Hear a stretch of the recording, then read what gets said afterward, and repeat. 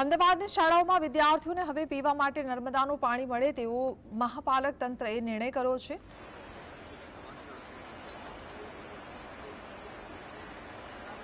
બોરના પાણીના ટીડીએસની માત્રા અંદાજે 2000 આસપાસ હોવાથી લાંબા ગાળે નુકસાન થવાનો ડર છે। નર્મદાના પાણીમાં 200 જેટલું ટીડીએસ આવતું હોવાથી માનવ શરીરને ઓછું નુકસાન થતું હોવાનું અનુમાન છે, જેથી સરકારી અને ખાનગી શાળાઓમાં નર્મદાના પાણી પહોંચાડવા માટે મહાપાલિકા તંત્રએ આયોજન કર્યું છે। શાળાઓ ઉપરાંત મંદિરોમાં પણ નર્મદાનું પાણી મળી રહે તે માટે મહાપાલિકા તંત્ર આયોજન કરી રહ્યું છે।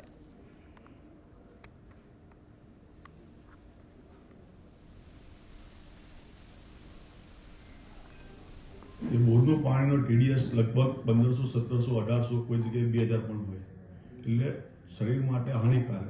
એટલે નાના બાળકો જે છે એનું સ્વાસ્થ્ય સારું રહે એના માટે આજે આપણે એવું નક્કી કર્યું છે કે નાના જે સ્કૂલો છે એમાં બાળકોને જે પીવાનું પાણી છે એ શુદ્ધ અને સારું પાણી, સ્વચ્છ પાણી મળી રહે એના માટે અને ટીડીએસ લગભગ આપણું જે પાણી નર્મદાનું હોય છે એમાં લગભગ 230 થી 50 જેવું ટીડીએસ હોય છે, એનાથી ઓછું હોય છે, એટલે એ પીવા માટે પણ સારું।